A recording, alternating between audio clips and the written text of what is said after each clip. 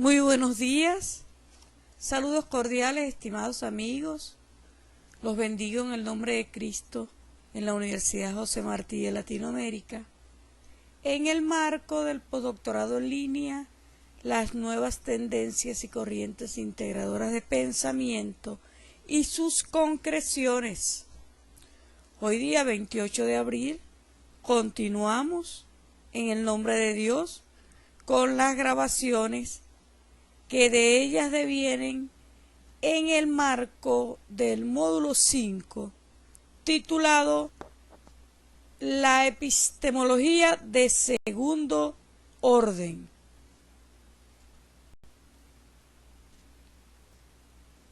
Es notorio el hecho de que continuemos con lo devenido en la asignación 1, cuando de una manera muy extensa nos paseamos por conceptos de qué es la epistemología y también devenimos en qué se diferencia la epistemología de primer orden de la de segundo orden.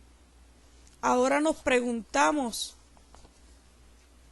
de la manera más expedita posible sobre la epistemología y su historia, que desde luego que ya hemos venido tratando, pero que vamos con una forma amena y un poco distinta a seguir indagando sobre ello, en tanto declaramos que para nosotros no es sencillo pasearnos por la historia de la epistemología. ¿Y por qué no? Porque estamos hablando entonces de la historia del conocimiento. Y en esa historia del conocimiento debemos entonces repasar todas las tendencias y todo lo que allí se ha venido haciendo para saber de qué manera el conocimiento llega a una manera certera al ser humano. Y ello sabemos que es casi imposible de realizar.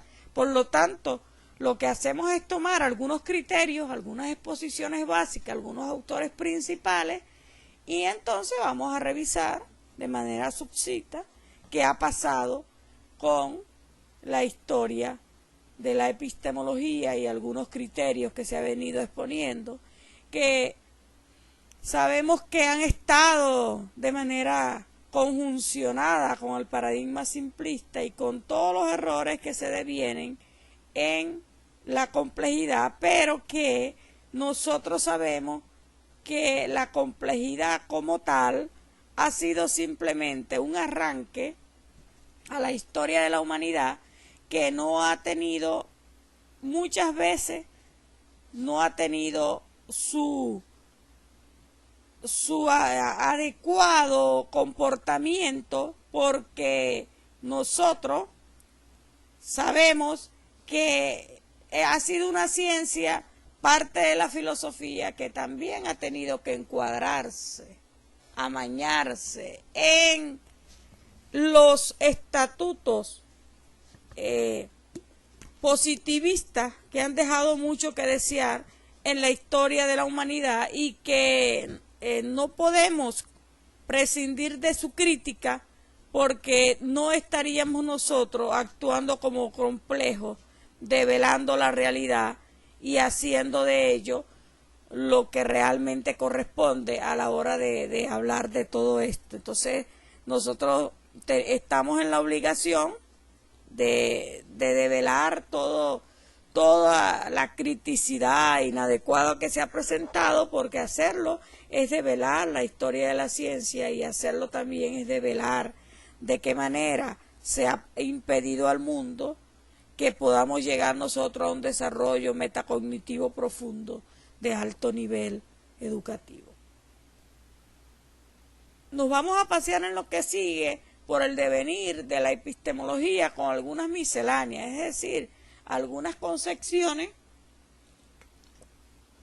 que son anidadas en varias ejemplificaciones de investigación.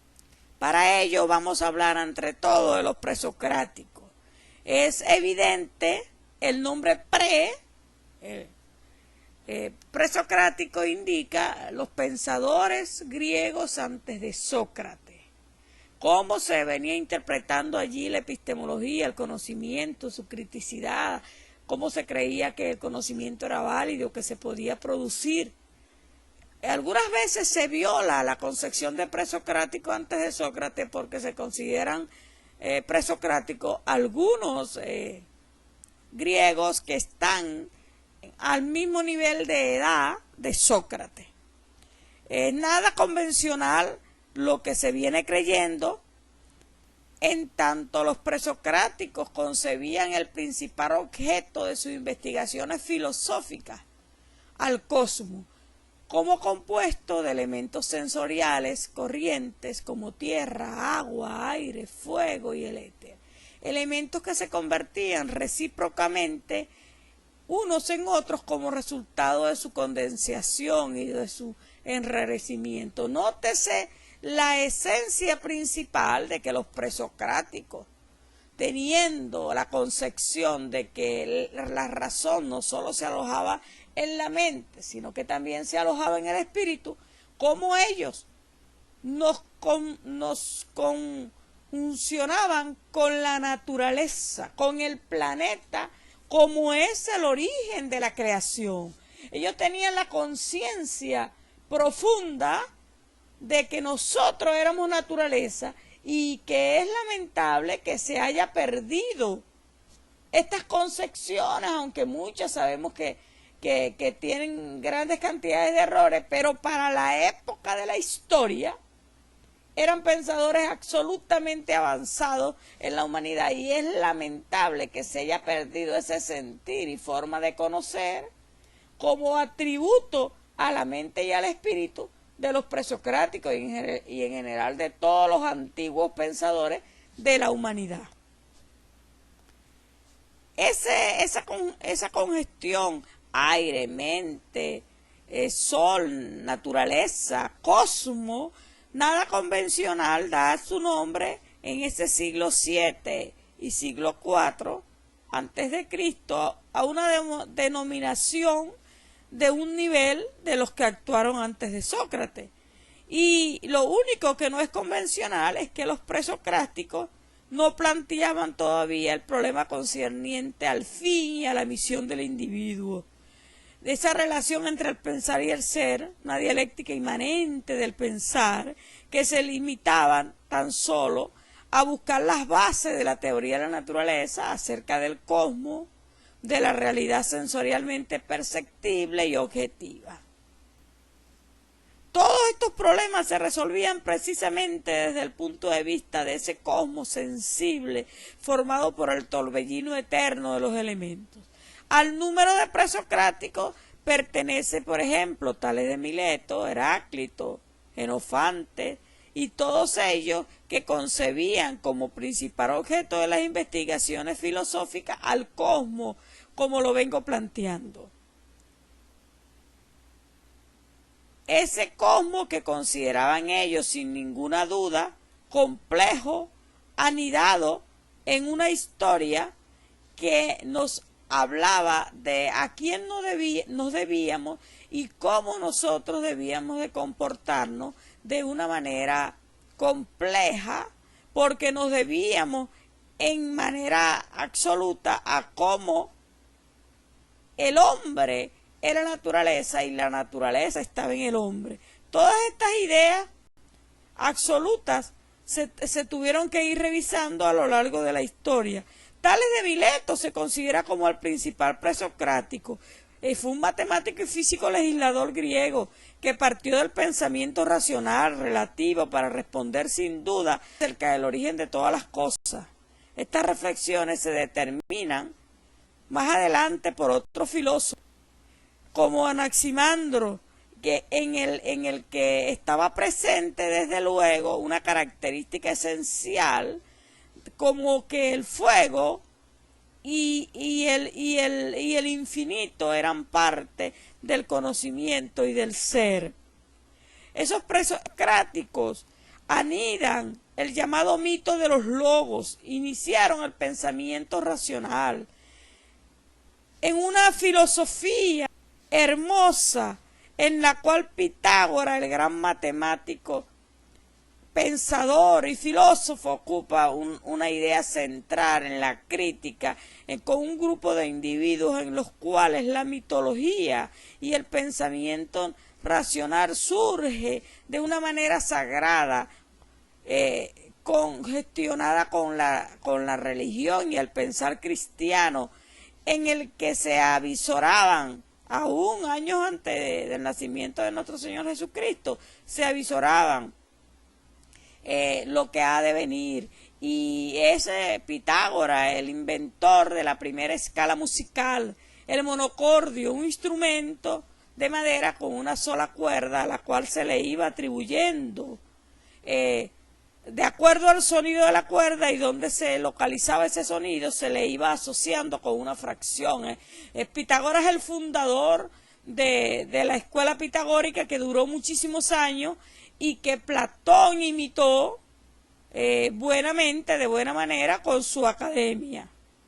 En esta filosofía de conocer de la mano del hombre la naturaleza y el cosmos, como le dije, formaban parte de este pensamiento mitológico, en las cuales se logró apreciar, y no nos olvidemos de Heráclito, nadie navega dos veces bajo las mismas aguas, y se logró influenciar el pensamiento fundamentalmente de Egipto y de Persia. Estos presocráticos desarrollaban la cosmología a partir de una verdadera duda, de esa duda donde ellos pensaban en esa Asia Menor, por ejemplo en Gonia, en ese lugar de Grecia. Ellos pensaban que el origen de todas las cosas, desde luego, estaba asociado y está allí asociado con Demócrito a la forma como la naturaleza se comportaba y como los astros nos influenciaban como tal.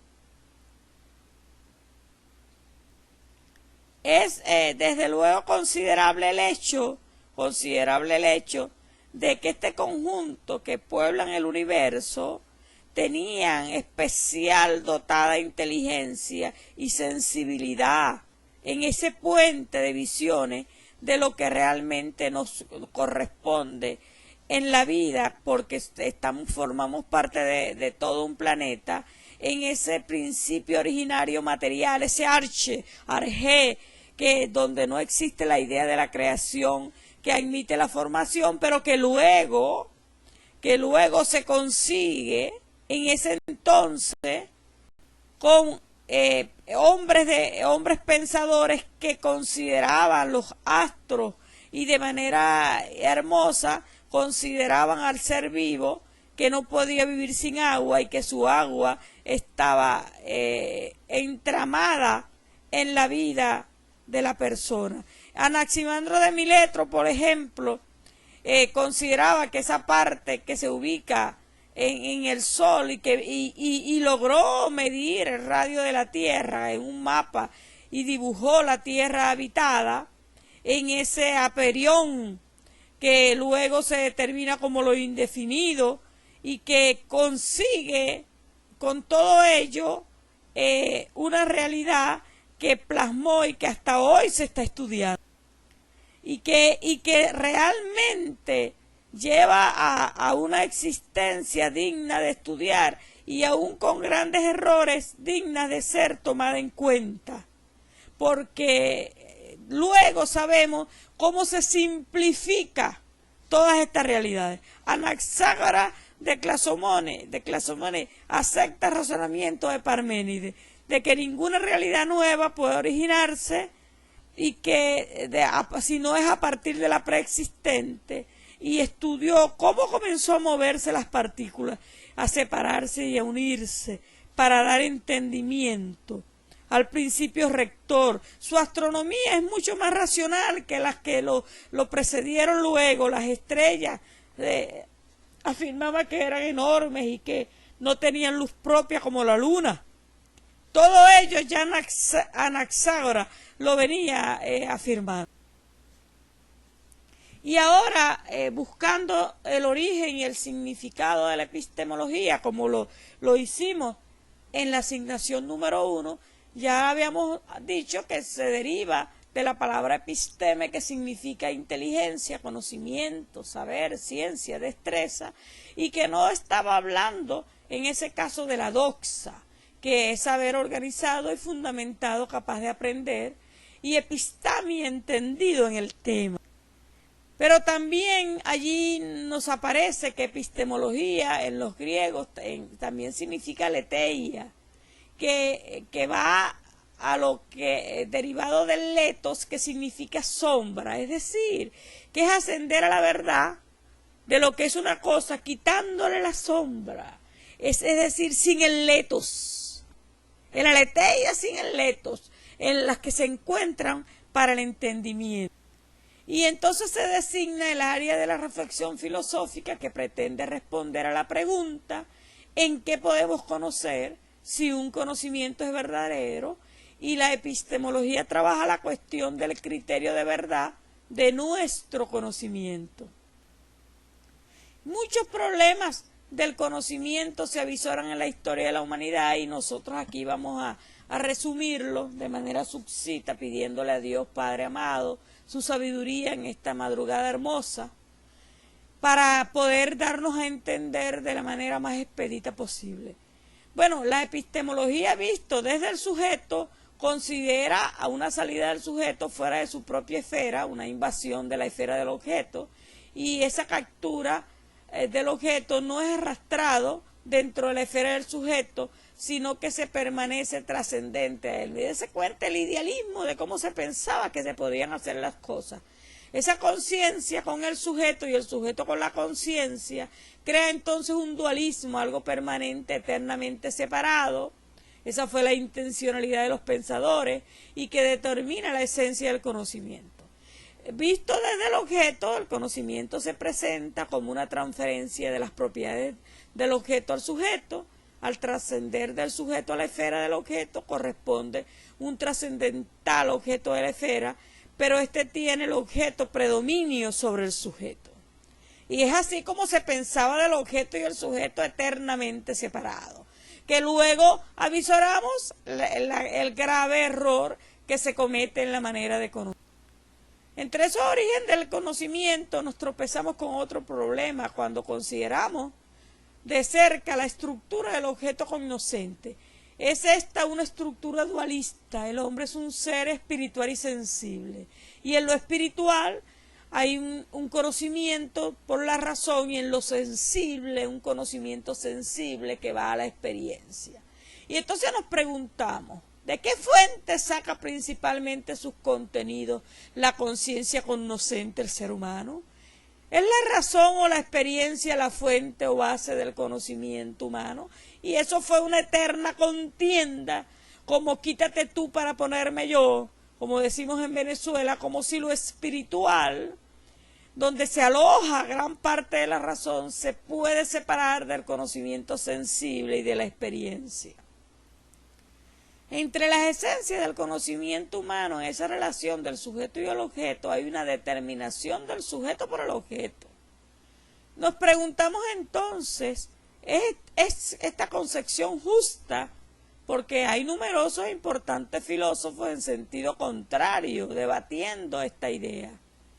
Y entonces no es el objeto que determina al sujeto, sino el sujeto que determina al objeto, y esa conciencia cognoscente no se conduce receptivamente frente a su objeto, sino activa y espontáneamente. Y entonces nace una pregunta epistemológica: ¿cuáles son las dos interpretaciones del fenómeno del conocimiento? ¿Cuál de las dos es justa?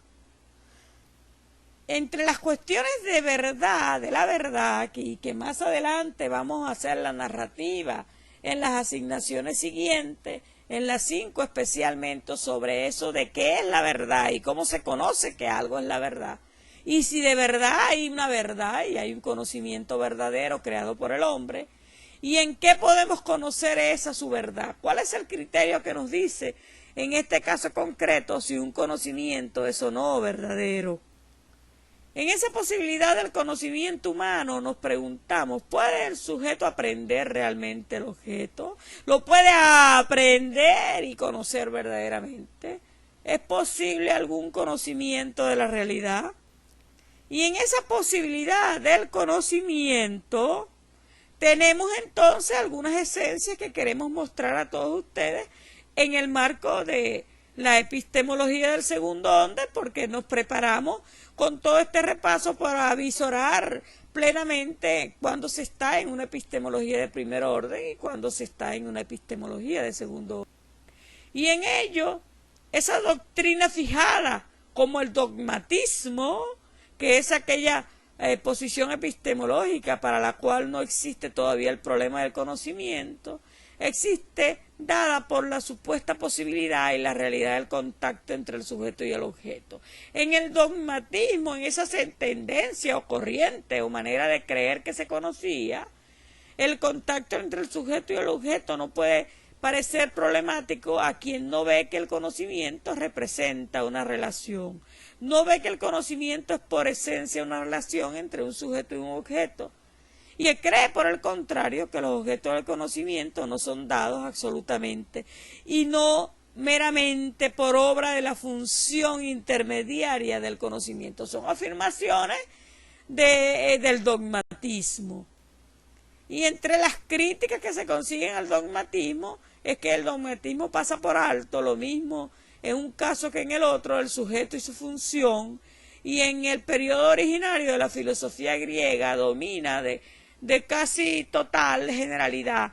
Y entonces los filósofos gónicos de la naturaleza, los heliáticos, Heráclitas, Pitágoras, Tales con el agua, Anaximandres con el aire, Pitágoras con el uno, con la unicidad, el Pitágoras profundamente complejo, ya avisorando que somos uno, una unidad absolutamente indivisible.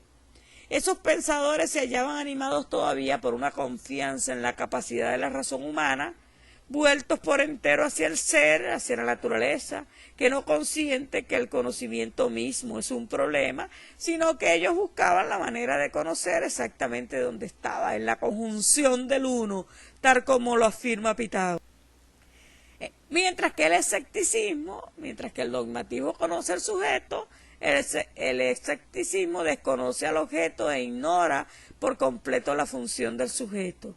Contrario al dogmatismo, el escepticismo niega el contacto entre el sujeto y el objeto, y según el escepticismo, el sujeto no puede aprender el objeto. El conocimiento es el sentido de una aprehensión real del objeto. Es imposible según él, pero por eso debemos pronunciar nuestro juicio sin abstenernos totalmente de juzgar. Su atención a los factores subjetivos del conocimiento humano, sin duda en el escepticismo, y observa cómo todo conocimiento está influido por una índole de sujeto, así como circunstancias y medios y maneras de conocer. En el escepticismo en la antigüedad, su fundador fue Pirrón de Elis, y según él no se llega a un contacto del sujeto y el objeto, y que es imposible aprender al objeto. O sea que no hay conocimiento, sino que hay juicios, por ende. Hay una negación del principio de contradicción y no hay conocimiento ni juicio verdadero, y Pirrón recomienda la abstención de todo juicio. En ese escepticismo medio académico, donde aparece Arcisialo y Carneades, que ya no es tan radical. Es imposible un saber riguroso y no tenemos nunca la certeza de que nuestros juicios concuerden con la realidad, porque nunca podemos decir que esta o aquella posición sea verdadera, pero sí podemos afirmar que parece ser verdadera y que es probable. No hay certeza rigurosa, sino hay una probabilidad. Comienza a aparecer las nociones de probabilidad con el escepticismo y se sostiene en una posibilidad de llegar a una opinión probable. En ese escepticismo especial, en la filosofía moderna más adelante, que no es radical ni absoluto, es un escepticismo especial, se consigue a Montaigne en el 1592 con un escepticismo ético, cuando habla de un escepticismo metafísico, que es el positivismo con Augusto Comte, donde debemos abstenernos a una positividad y solo hay un conocimiento y un saber, el propio de la ciencia, que no es un saber filosófico metafísico.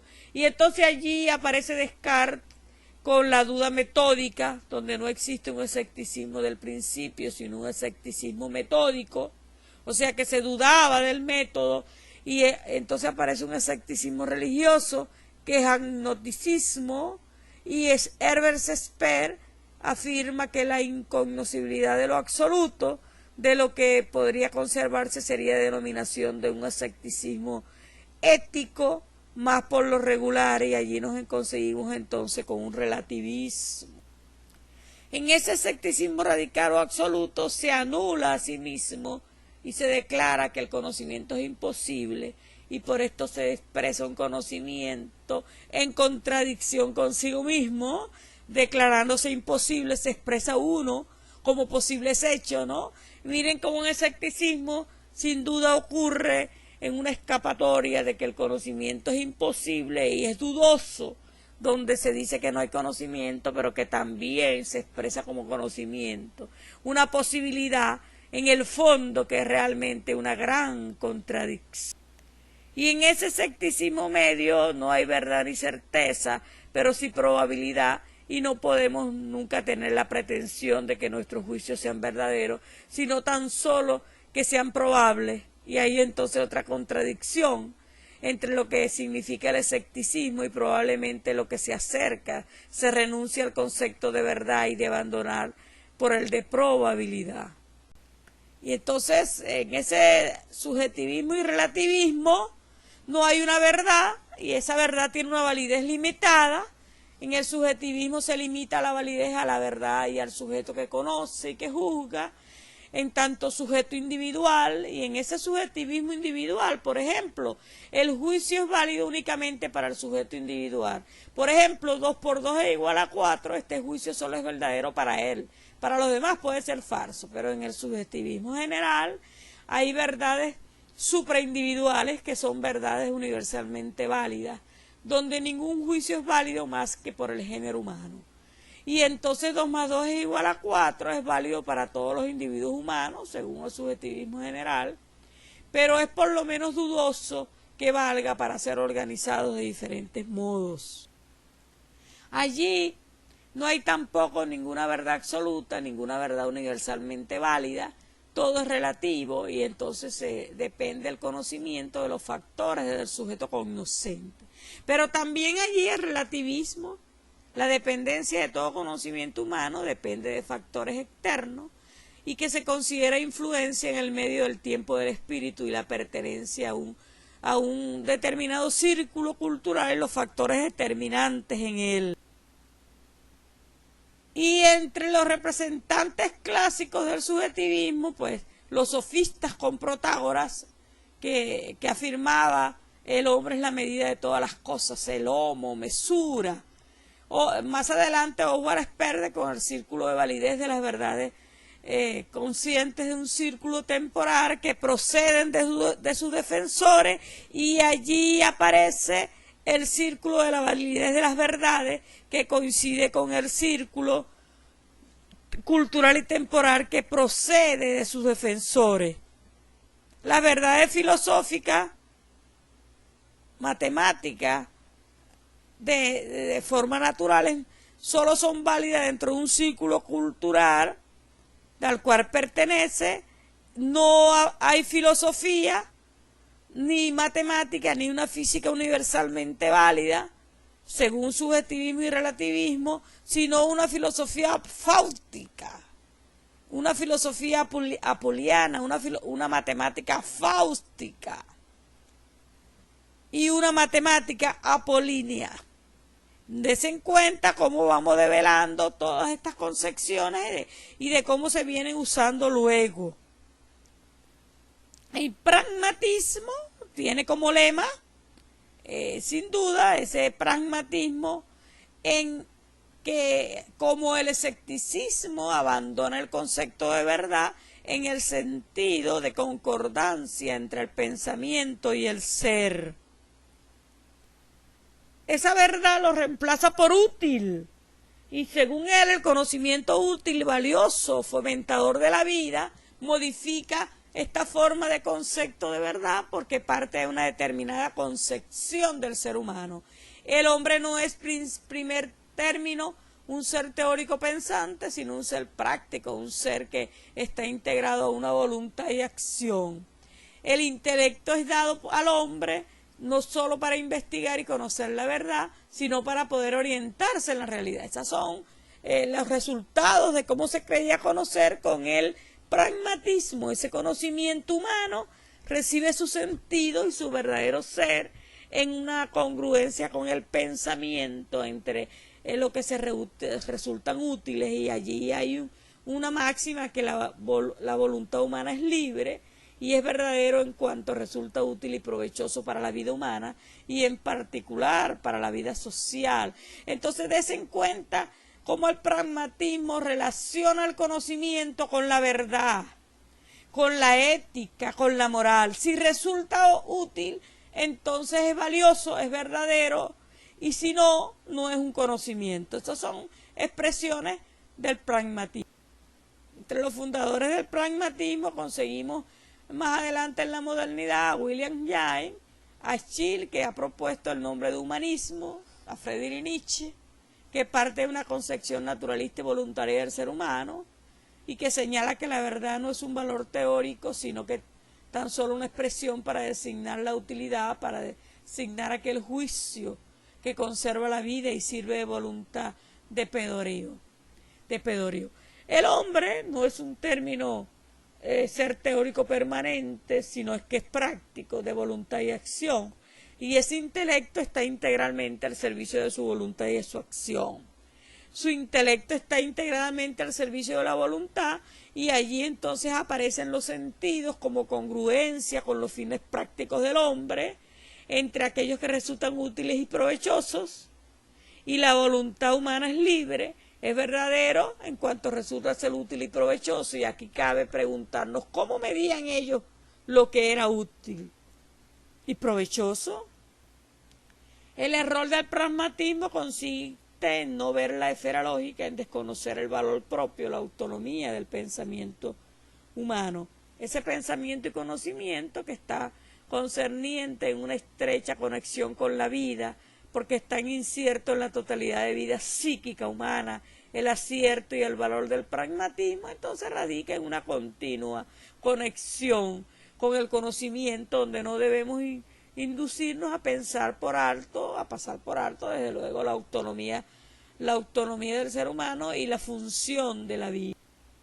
En el criticismo hay una tercera posición intermedia, es una tercera posición entre el dogmatismo y el escepticismo, que se llama criticismo, y que criticismo significa examinar.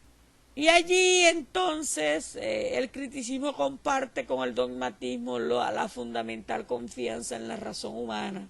En ese criticismo es posible el conocimiento, donde hay una verdad pero que no hay una confianza, se induce un dogmatismo para aceptar algo que supuestamente es válido, y entonces allí el criticismo examina todas las afirmaciones de la razón humana y no acepta nada despreocupadamente, porque quiere preguntarse por los motivos y pide cuentas a la razón humana. Su conducta no es dogmática ni escéptica, sino reflexiva y crítica. Los fundadores del criticismo, desde luego Kant, con la filosofía de la llamada pura y simplemente criticismo, donde llega al dogmatismo y el escepticismo, y afirma Kant que aquel método de filosofar que consiste en investigar las fuentes de las propias afirmaciones y objeciones y razones descansan, método que le da la esperanza de llegar a la certeza, y entonces también tiene en su etapa madura, en sus obras, Immanuel Kant, afirmando que el primer paso en las cosas de la razón pura, en la que se caracteriza la infancia de la misma, es dogmatismo, y el segundo paso es escepticismo, y atestigua la circunspección de los juicios de la experiencia, pero que es necesario, de acuerdo con Kant, llegar a un tercer paso, como es el juicio maduro y viril. Y en el racionalismo ahí se ve al pensamiento en la razón, la fuente principal del conocimiento humano, y allí hay mucho que decir, estamos simplemente haciendo un repaso. Y bueno, según él, el conocimiento solo merece en realidad este nombre universalmente válido, solamente entonces él se adueña de la forma de conocer y solamente se conoce por la razón, donde el todo es parte, es mayor que la parte y todos los cuerpos son extensos, evidencia que todo, al ser así, se contradice al sostenerlo, y entonces hay juicios de necesidades lógicas y de validez universalmente rigurosa, y esos juicios los hallamos atenidos a la experiencia, juicios procedentes de la razón, que posee una necesidad y una validez universal, donde todo verdadero conocimiento se funda allí en una fuente y base del conocimiento humano. Y entre esas características fundamentales de la filosofía racionalista, allí conseguimos entonces una plena confianza en la razón humana. Los filósofos racionalistas le otorgaban un valor externo a la razón, entendida como la única fuente susceptible de alcanzar la verdad, y se sostiene una validez científica aquella cuyos conocimientos se derivan con independencia de la experiencia, fuera de la experiencia. Entonces allí se extrae la subjetividad del sujeto investigador. Entonces aparecen una existencia de ideas innatas en las cuales Platón planteaba que el conocimiento verdadero podía ser alcanzado a través del recuerdo al estar en unas ideas presentes en el alma humana, pero los racionalistas decían que no, que la conciencia posee ciertos contenidos que se encuentran asentados en la verdad, y que la mente humana no es un receptáculo vacío ni una tabla rasa, como defendieron los espiritistas, sino que poseen naturalmente un número determinado de ideas innatas, como las denominadas por Descartes, en las cuales hay una vértebra fundamentada deductivamente en el método. Pero entre una de sus características fundamentales de la filosofía racionalista, también está basada en Descartes en tres sustancias: la res infinita a Dios, la cogitans y las sustancias corpóreas. Todo esto lo condujo al establecimiento de un acusado dualismo entre una realidad corpóreo-material o espiritual que son irreconciliables según Descartes, y que allí se consiguen leyes absolutamente divergentes para el mundo físico. Y bueno, en esa historia, queriendo dominar el universo, pensándose que el cosmos era para dominarse, que la naturaleza era para dominarse, calza como anillo el dedo el método de Descartes y es asumido como verdad única y manera de conocer en ese entonces. Ese mecanismo, aunque no fue otorgado por todos los racionalistas, Leibniz, por ejemplo, el mecanismo fue el paradigma científico predilecto para la mayoría de ellos, y según el mundo es concebido como una máquina despojada de toda finalidad, que se explica por choques de materia y que no existen fuerzas ocultas o acciones a distancia. El mundo es como un gigante mecanicismo cuantitativamente analizable. Y también ellos, los filósofos racionalistas, tenían una aspiración a una ciencia, filosofía universal y racional, un ser humano dominador de la naturaleza. La forma más antigua del racionalismo, por supuesto, estaba en Platón, pero no con la manera de dominancia que luego los racionalistas de la modernidad se untan de pensar y conducirse a un verdadero saber. Pero por ende, si debemos despertar la posibilidad del conocimiento, entonces está en un mundo sensible, otro suprasensible, en un mundo de las ideas. Ese mundo de las ideas son los modelos de las cosas empíricas, las cuales pueden de manera peculiar participar más adelante en esa conciencia cognoscente que no solo las cosas se conocen captando las ideas, y entonces hay preguntas allí imbricadas. ¿Cómo es esto posible? Y en ese entonces ya Platón había respondido en su teoría de Anamensis, en esa teoría de la reminiscencia, donde el alma ha contemplado las ideas en una existencia preterránea de acuerdo a la ocasión de las percepciones sensibles.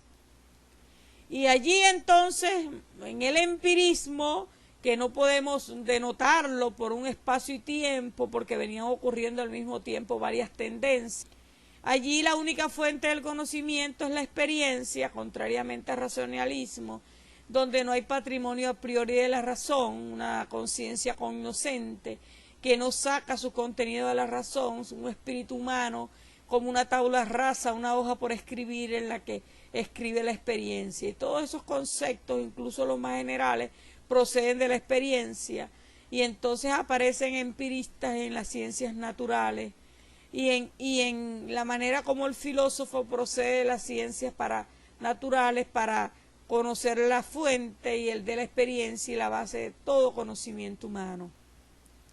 Y allí entonces en lo adelante me regreso a Platón, porque quisiera hablar un poco más de su trascendencia en la epistemología y de que en realidad hay una alegoría a las intenciones pedagógicas y filosóficas de Platón, de Pitágoras en Platón, y que no aparece reflejada sino más adelante en la célebre alegoría a las cavernas. Esa teoría de las ideas, realidades subjetivas, que forman un orden sustantivo, un reino objetivo.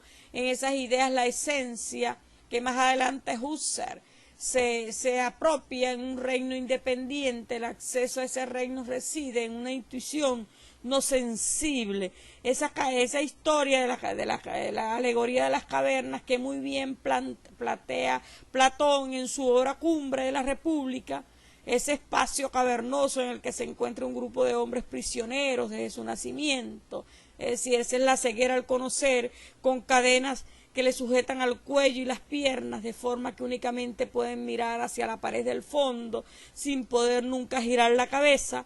Y justo detrás se encuentra un muro, como un pasillo, donde hay una hoguera en la entrada, y ese pasillo es iluminado, ¿no?, por el fuego de la hoguera, y esos hombres encadenados consideran como verdad las sombras debido a las circunstancias de su prisión, pero que Platón narra mágicamente, hermosamente, porque una vez asumido al hombre en esa situación, que se encamina fuera de la caverna, entonces se esparcen en un exterior con árboles, lagos, identificando un mundo inteligible, fundado por el mundo de las ideas, y en esa alegoría acaba al entrar de nuevo el prisionero de la caverna para liberar sus antiguos compañeros de las cadenas. Y esa narración es muy emotiva, en un sentido de burla, porque habían estado con los ojos vendados y solamente veían las sombras. Y entonces Platón allí nos distingue estos modos capaces de conocer, imitando a su gran maestro Sócrates, en un diálogo hermoso, digno de recrearnos en este mundo. Y que voy a decir de manera personal que cada vez que siento una mente cansada o algo por el estilo que se aloja en el espíritu, siempre regreso a leer los diálogos de Platón, que fueron inspirados por Sócrates, y que maravillosamente dan una lucidez dialógica, dialéctica, que llega a un entendimiento que pareciera que se apertura en esa mente, a la cual también necesita despojarse de las sombras del conocer. Y luego entonces en la fundación de su Academia de Platón, en la cual convulsionada con Pitágoras, que duró durante muchos años en esa educación subyacente a la alegoría, aparecen interpretaciones esotéricas de gran valor y de una belleza literaria con imágenes maravillosas, que quedan para la lectura y la referencia y a la cual debemos ascender a ello para intentar conseguir una contemplación con la naturaleza en un mundo inteligible donde las ideas del mundo sensible se usan, congestionadas filosofía y matemática que nos hacen de una grandeza enorme en el mundo griego.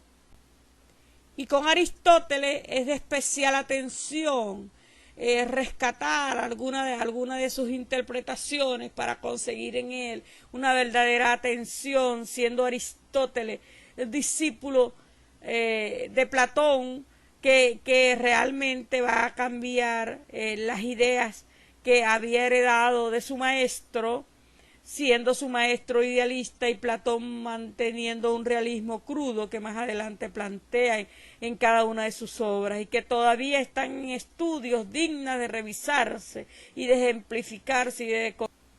Y entonces afirma Aristóteles que el racionalismo y el empirismo llegan de cierto modo más adelante con una síntesis entre racionalismo, donde se siente fatalmente impulsado una síntesis de racionalismo. Vean que a pesar de que se afirma que el racionalismo y el empirismo llegan con la modernidad, no, ya Aristóteles era un gran empirista racionalista que colocaba el mundo platónico de las ideas dentro de la realidad empírica y que afirmaba que las ideas no forman parte de un mundo que flota libremente, que ya no se conoce por encima, sino dentro de unas ideas concretas y representan el núcleo esencial y racional de la cosa, ese núcleo de propiedades empíricas que rodean una envoltura partiendo de un mundo metafísico y que trata Aristóteles de resolver el problema del conocimiento.